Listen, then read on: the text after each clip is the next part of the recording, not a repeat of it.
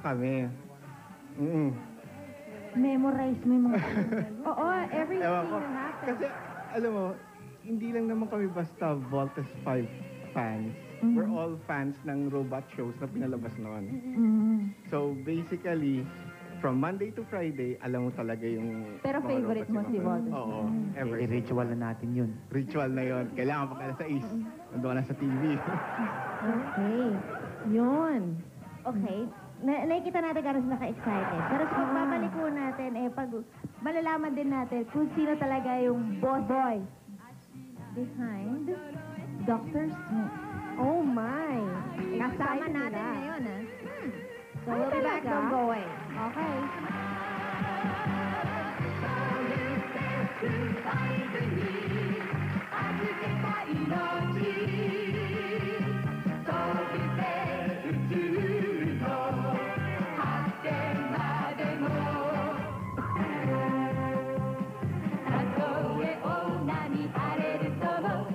Sariwain natin ang kwento ni Voltes 5.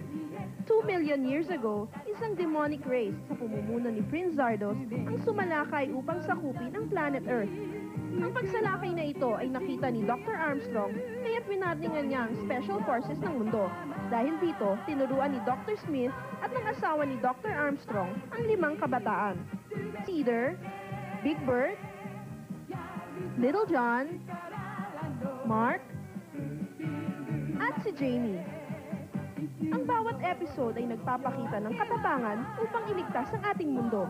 Mabuhay ka, Voltes 5!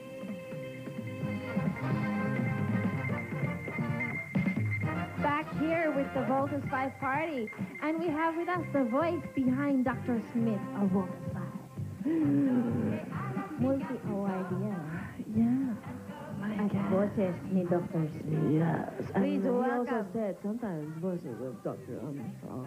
Aba, Please welcome Junie Gamboa. Hi, welcome to brunch. Welcome to brunch. It's so nice to have you. Thank you. I'm glad to be here. Oh, excited naman kami, syempre. Junie, kailan ba nagsimula itong pagdadub mo ng boses Alam ni mo, Dr. Smith? Alam mo, nabigla nga ako kasi tinawagan ako kahapon. Kung pwede daw ako pumunta rito at magkwento tungkol sa Voltes 5. Ginawa namin yun. Ang tagal na. No? So sabi ko, no, ikikwento ko.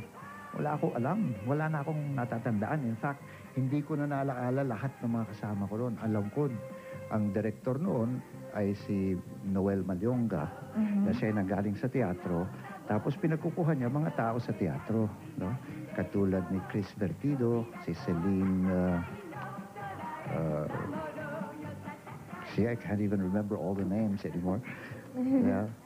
Pero okay naman yun. Pero what was your most memorable experience noon when you were doing the voices, the dubbing? Well, my most memorable experience was while we were doing it, I got into a play, a musical called, I think you know it, Oliver. And so it was full of kids, you know, about 40 kids in that show. Tapos pagdating ko ron, sabi ng director, okay kids, finally you're going to meet the guy who taught you everything in the show. Sabi na nun. Tapos, here is, and they all said, Dr. Smith, you know. Sabi ko, wow, you know. Parang mali, Iba ang pinanood nila, pero Dr. Smith pa rin, So, ikaw din avid fan of Voltes 5? Not very, really. But I love doing it. Kasi masaya yung grupo. Masaya yung grupo. Para kaming gang. Para kaming, you know, barkada.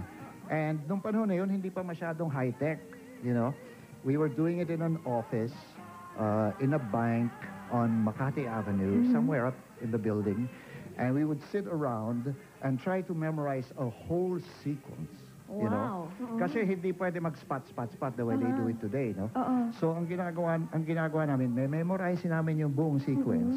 Pagkatapos titirahin namin, pag may nagkamali, ulit the entire sequence. Ay, mahirap yun. Yeah. So, mahirap pala mag-dub yung mga cartoons. Yung mga cartoons, daming mga action. Oo.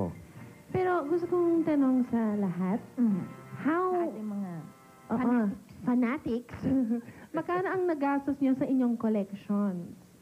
Ala. Secret. Secret na ba? Ako, 25 pesos ang nagastos ng mama at papa ko nung malit kami. The rest, sa auntie ko tsaka sa uncle ko kasi sila bumibili for my cousin. Okay. Tapos right now, yung present collection ko, none so far kasi kinukuha ko pa lang siya, dina-download ko sa internet. Oh Tipid my. pa ako eh. Magandang idea yung pagda-download. Mm-mm. Same for you, Marisa. Ganun din ba? I'd rather not say. Quite embarrassing. Bakit naman? Why? Sobra na ba nagastos mo? Sobra.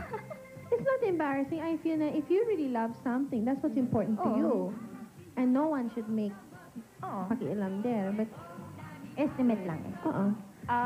Noon, like the toy would cost 600 and Mahal ah. Hindi. at that time mahal yun. Oo, mahal yun. At Now that it's time. selling at 20,000. The Oo, big na one is ngayon. 40 Oo, na 40 to 50,000. ay sorry, na epileptic fit ako. So, magkano ng ilan milyon na ang nagastos mo? Wala namang million. How many hundred thousand? Wala pang, 900,000 lang. 900. Invaluable na eh, so... Ganun. Oo.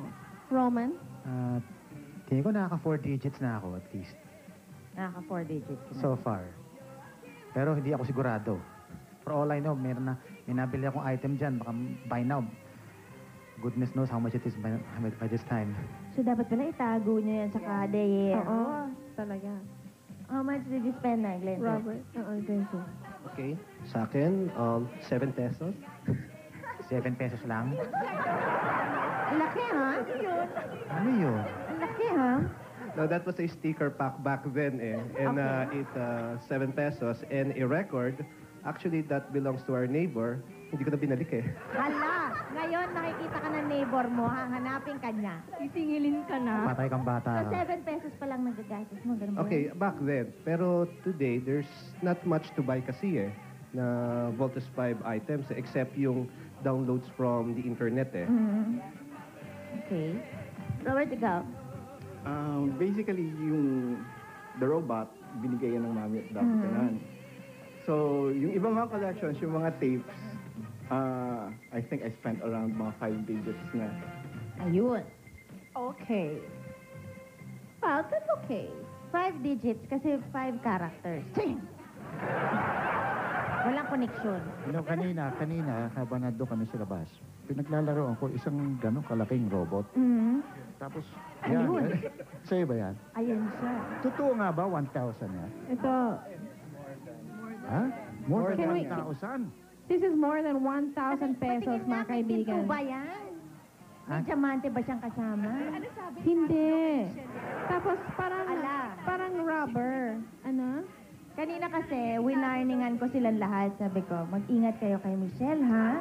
Kasi si Ogie, Hindi, I'm making him jealous kasi I'm holding it eh. Honey, tingnan mo, oh. Ako naman hawakan. Ingit Ganon. ka. pero gusto natin syempre tanongin din si Junie. Junie, like, kasi syempre cartoon. Hindi ba mahirap mag-emote? Oo, yung emotions, no? Especially knowing that you have to memorize a whole sequence. Eh si Dr. Smith naman may pagkaseryoso. Mhm. No, kasi siya yung nag-train sa kanila, medyo nag-discipline sa kanila. Okay. Tapos, I was asking them nga because I played another character who I can't remember, no? Na strange-looking, very flamboyant character siya, no?